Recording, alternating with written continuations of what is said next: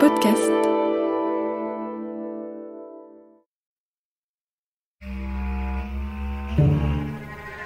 Bienvenue dans les archives du crime, le podcast qui vous propose de redécouvrir les plus grandes affaires criminelles à la lumière des témoignages de ceux qui les ont vécues.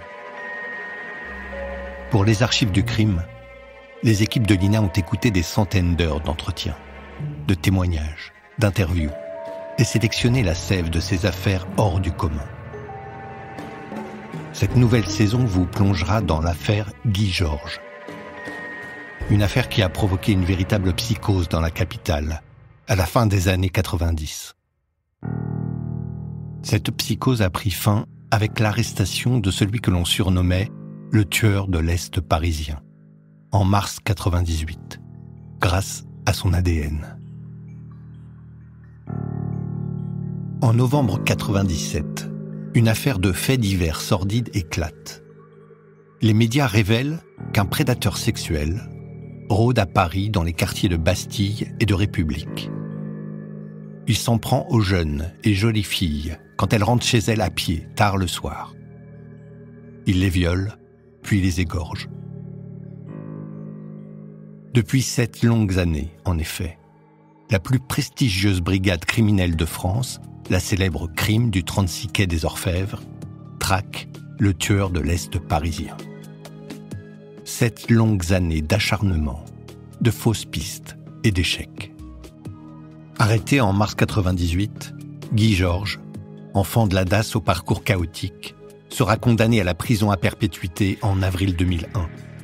Cette affaire a contribué à la mise en place du fichier national des empreintes génétiques. Car si un tel fichier avait existé en France dans les années 90, les 2 dernières victimes de Guy Georges auraient pu être épargnées.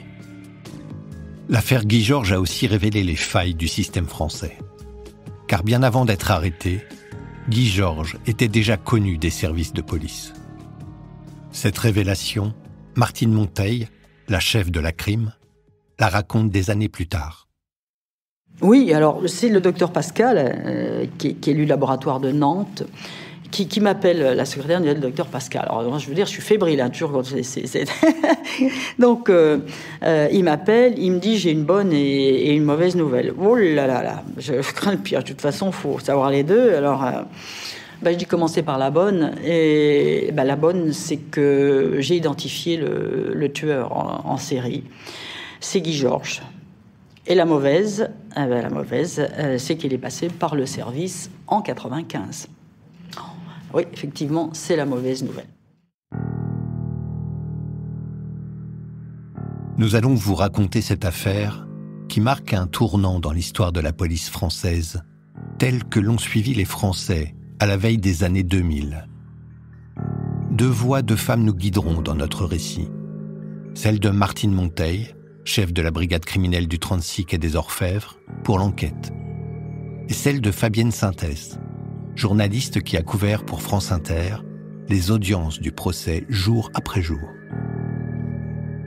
Vous entendrez aussi les voix des avocats, des spécialistes de l'ADN, des psychiatres, des familles de victimes, des Parisiens et des Parisiennes qui ont vécu cette affaire. Affaire Guy Georges, épisode 1. Psychose à la Bastille. Nous sommes le 19 novembre 1997. La presse révèle une affaire de crime en série après qu'une jeune femme ait été retrouvée morte dans son appartement près de la Bastille.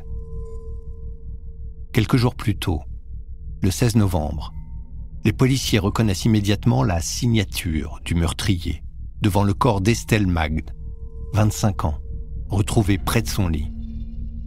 Elle a été violée et égorgée. Depuis plusieurs mois, en effet, les officiers de la crime, la prestigieuse brigade criminelle de Paris, sont sur les traces d'un meurtrier qui sévit dans les quartiers de Bastille et de République. Même profil de victime. De belles femmes, jeunes. Même mode opératoire.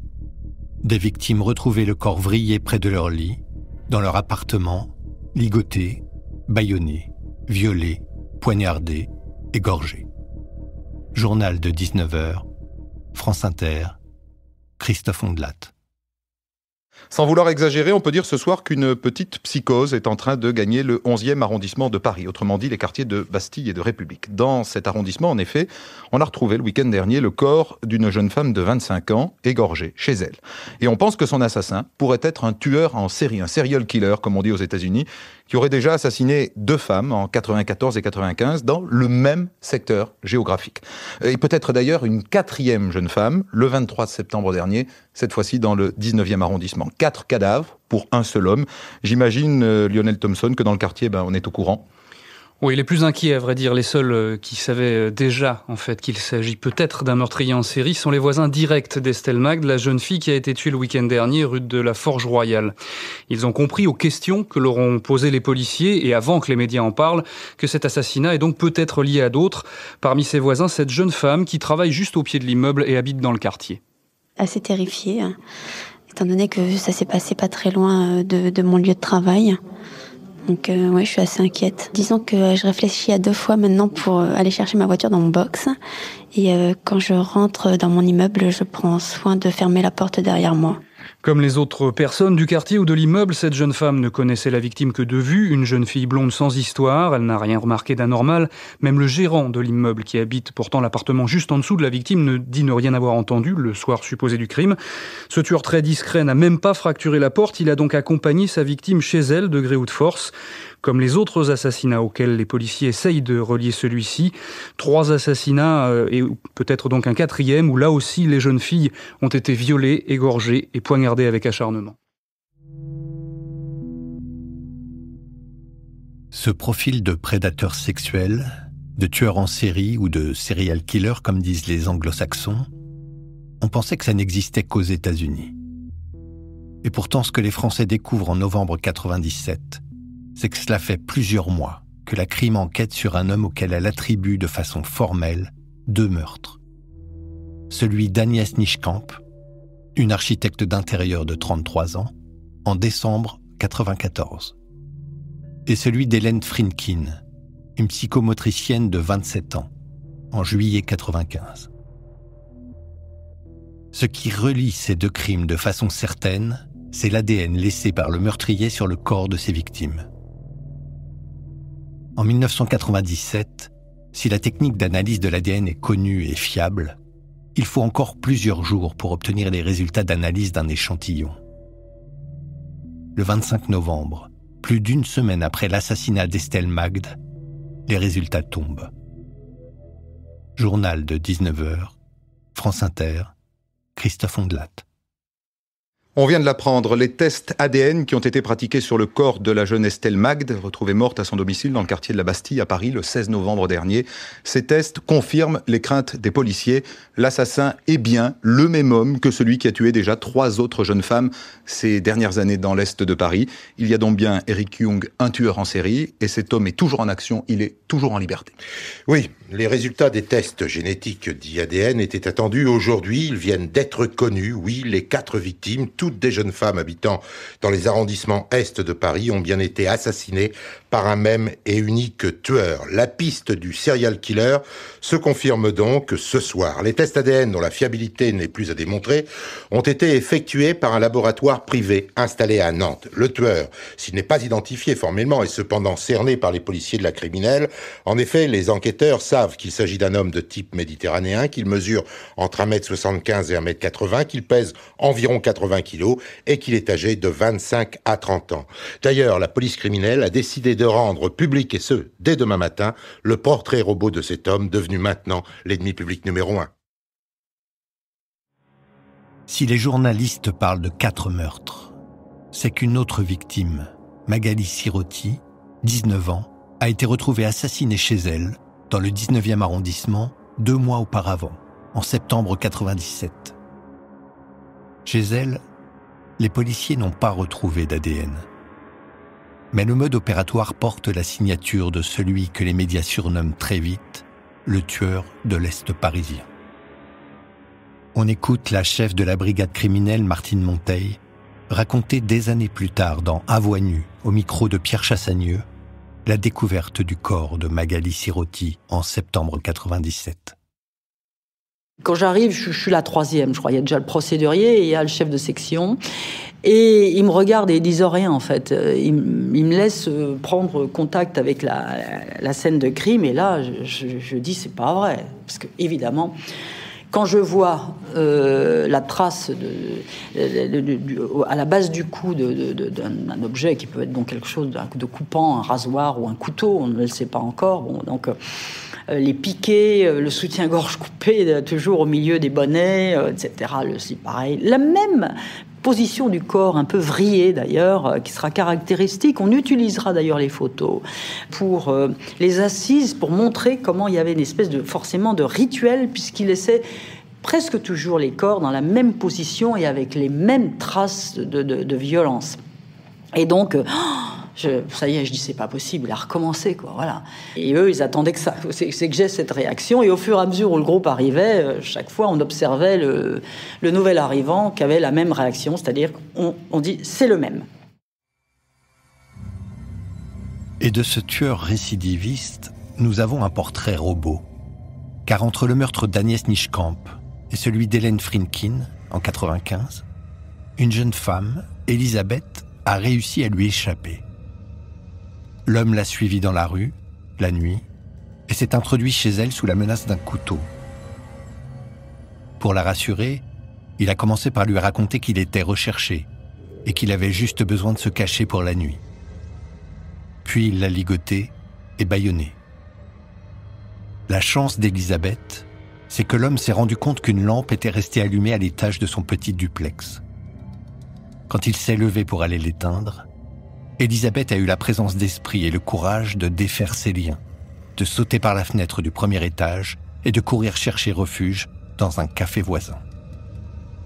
C'était le 16 juin 1995, 2 ans plus tôt.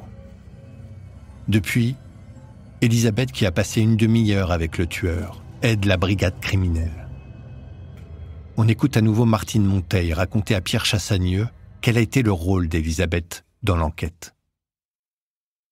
Quand je suis à l'étude de tous ces dossiers, le chef de groupe me dit, celui qui avait déjà plusieurs affaires en portefeuille, me dit Elisabeth, c'est le témoin majeur dans cette affaire. Elle est restée de longues minutes face à lui, il a fumé une cigarette. D'ailleurs, le mégot sera prélevé, donc ADN dans cette affaire à nouveau. Et elle l'a vu, quoi. Elle a parlé avec lui et elle était terrorisée, cette femme. Mais elle a quand même eu le réflexe et le sang-froid de fuir, etc. Bon. Donc elle est un témoin important. Ils ont fait des rondes battues, ils continuent d'en faire. Ils lui présentent à chaque fois les photos de suspects, de gens qui sont dénoncés, de types auxquels on s'intéresse au fil de l'eau parce que il y a des ressemblances vis-à-vis des différentes affaires qu'on a en portefeuille. Enfin, vous voyez, donc elle est un témoin essentiel, Elisabeth, et c'est une femme remarquable qui se prête vraiment à toutes nos sollicitations et qui nous aide aussi d'ailleurs, qui aide le service à faire un portrait robot, bien sûr. Enfin voilà, donc témoin important. C'est donc à partir du témoignage d'Elisabeth qu'un premier portrait robot est établi dès juin 1995 et qu'il circule dans les commissariats. Le portrait est figé, lisse, inexpressif.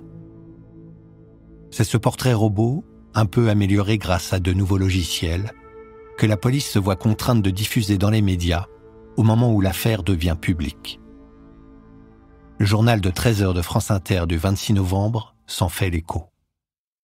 Le portrait robot de l'homme que les enquêteurs de la brigade criminelle soupçonnent d'être un tueur en série est ce matin en première page de plusieurs quotidiens. Il est recherché pour viol et assassinat. Il pourrait être le meurtrier de 3 jeunes femmes à Paris et d'une tentative de meurtre sur une 4e entre décembre 1994 et le 16 novembre dernier. Après 3 ans d'enquête, la justice a donc pris la décision de diffuser ce portrait robot.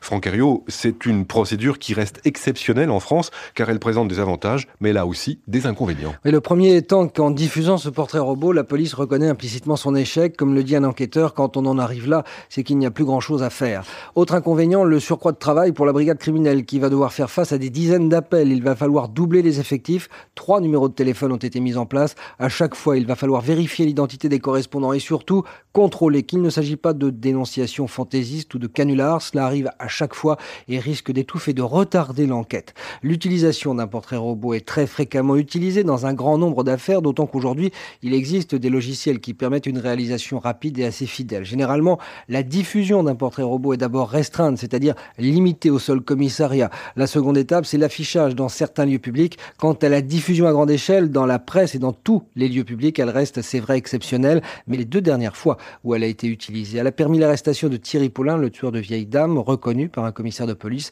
et plus récemment celle du tueur au poing nu, Mamadou Traoré. Le portrait robot est évidemment aussi largement diffusé dans les journaux télévisés. Le journal de 20 heures de Daniel Bilalian y consacre un reportage et apporte de nouvelles informations.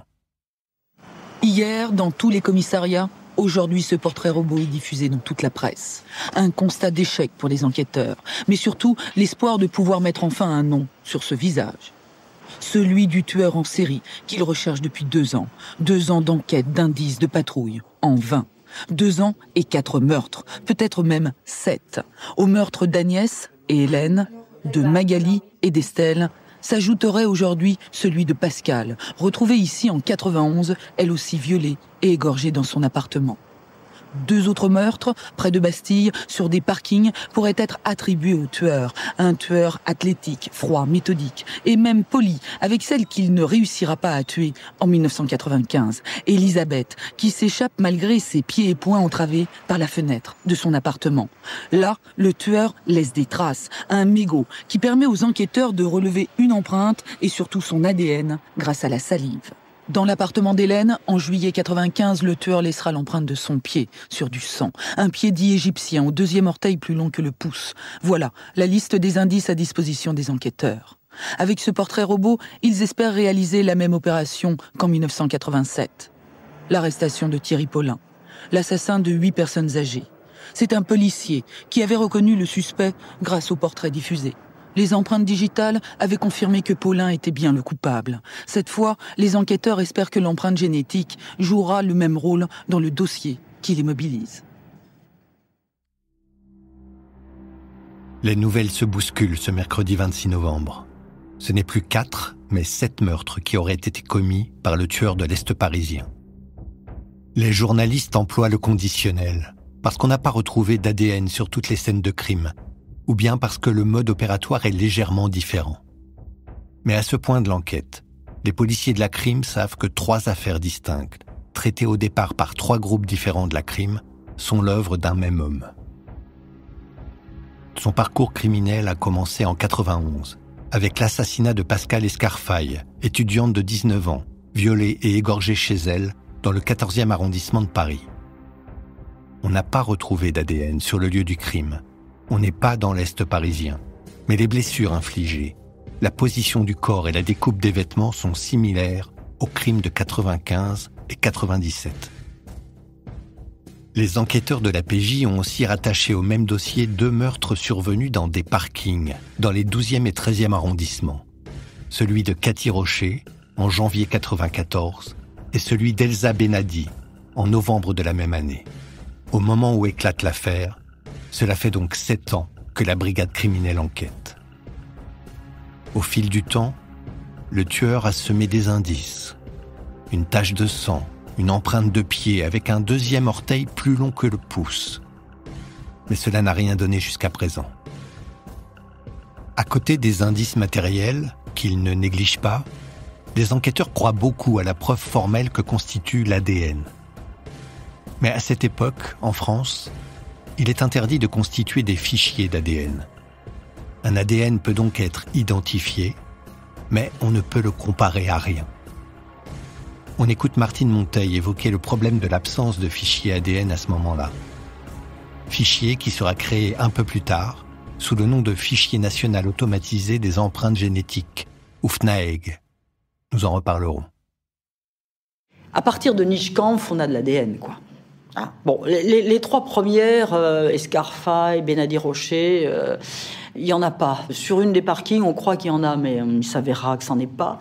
Non, mais Nischkampf, c'est la première. Donc en fait, en réalité, ce qui nous manque, c'est un fichier. C'est-à-dire qu'on a de la matière, et en fait, on n'a pas de fichier. Donc, même si cette matière, vous la conduisez dans un laboratoire, ce qui est fait, le laboratoire, qu'est-ce que vous voyez, il en a oui, mais il en a des centaines de milliers, quoi. C'est énorme ce qu'il a. Donc, je veux dire, avant de faire matcher, vous comprenez que l'humain, il n'a pas la cadence d'une machine. C'est-à-dire que maintenant, quand vous donnez de la matière au FNAEG, quand ce profil passe dans la machine, je veux dire, très rapidement, vous savez si ça match ou si ça match pas, et si ça vous sort une identité. Donc en fait, si ce fichier avait fonctionné comme il fonctionne aujourd'hui, il y aurait eu 4 personnes derrière d'épargnées, quoi. Celle qui en a réchappé, puis les autres.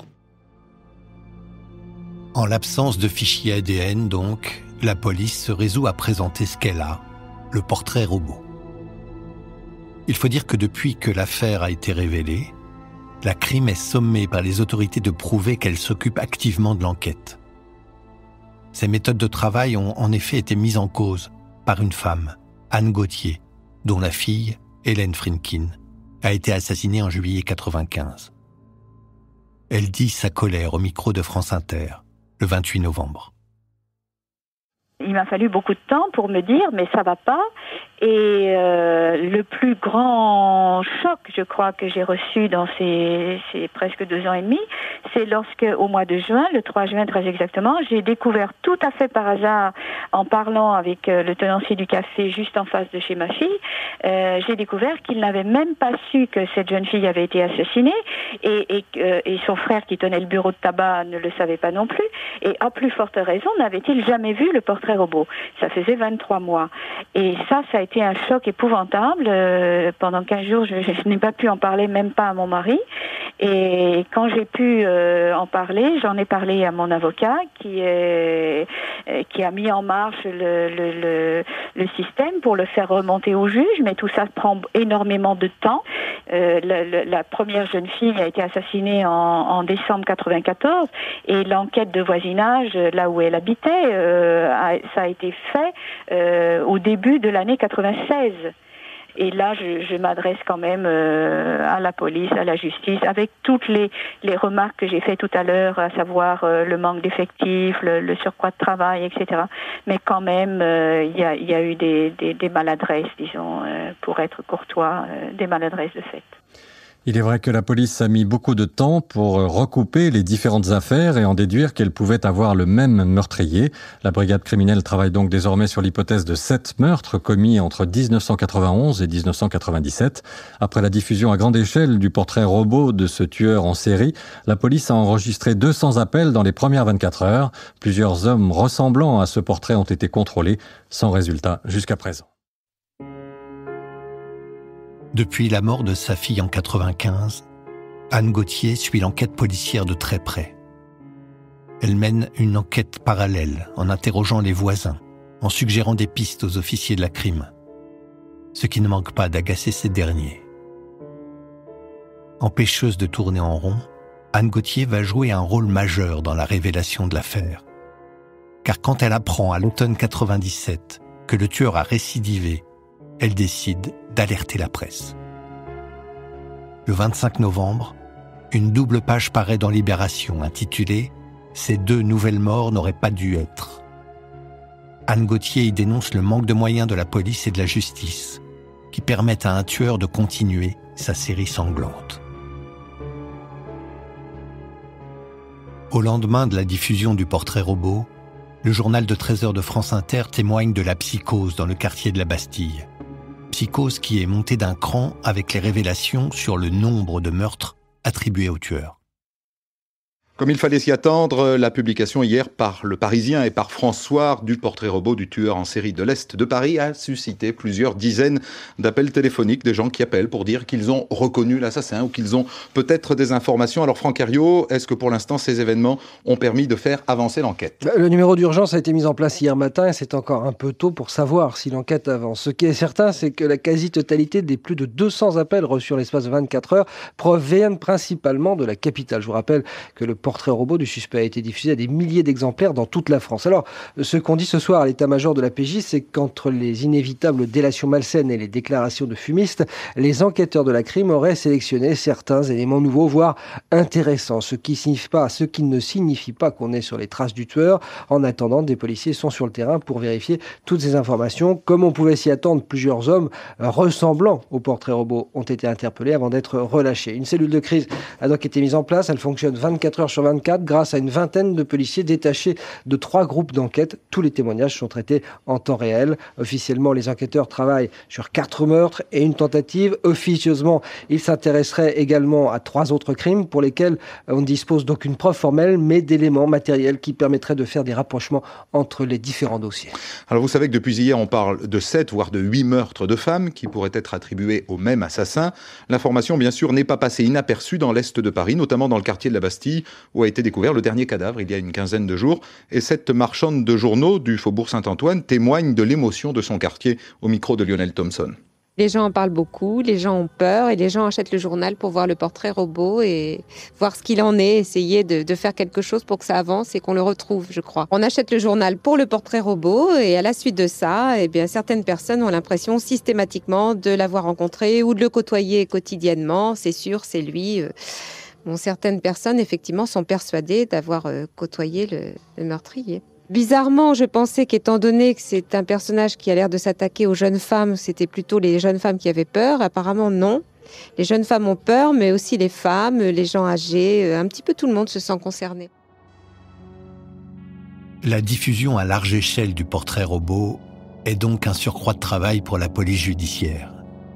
C'est aussi, en partie, un aveu d'échec. L'enquête piétine. Après chaque meurtre, la police fait son travail, interroge la famille, les voisins, fouille le passé de la victime. Mais rien ne semble relier les différentes victimes entre elles. Bien qu'il y ait eu des pistes, 2 des victimes étaient psychomotriciennes, 2 étaient néerlandaises, mais qui se sont révélées être de fausses pistes. Martine Monteil.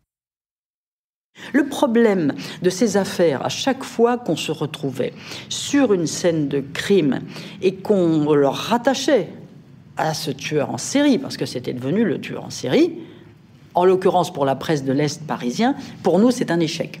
Il court toujours. Qu'est-ce qui nous échappe ? C'est là la question. On fait un boulot de dingue, c'est-à-dire que les groupes s'épuisent à tous les indices nous conduisent à faire des vérifications. Notre témoin nous dit, il a le crâne rasé, donc la façon dont il coupe les vêtements, on se dit, bon, crâne rasé, secouriste, pompier, ambulancier, vous voyez, c'est-à-dire qu'on procède par analogie, c'est-à-dire, tiens, c'est curieux cette façon de faire, en général, couper les vêtements comme ça, c'est les ambulanciers, les secouristes, les pompiers, ils s'amusent pas à dégrafer les soutiens-gorge ou à défaire les fermetures éclairs, hein. Alors, ils dégagent tout pour accéder au corps sans perdre de temps. Donc on fait un travail de fou et en même temps, vous êtes confronté à votre échec, c'est-à-dire il n'est pas arrêté. Après la révélation de l'existence du tueur en série de l'Est parisien, après la fièvre provoquée par la diffusion du portrait robot, on parle moins de l'affaire. L'assassin, dont on connaît l'ADN mais dont on ignore le nom, court toujours. Au cours de cet hiver 97-98, de nouvelles pistes vont surgir. C'est ce que nous vous raconterons dans le prochain épisode.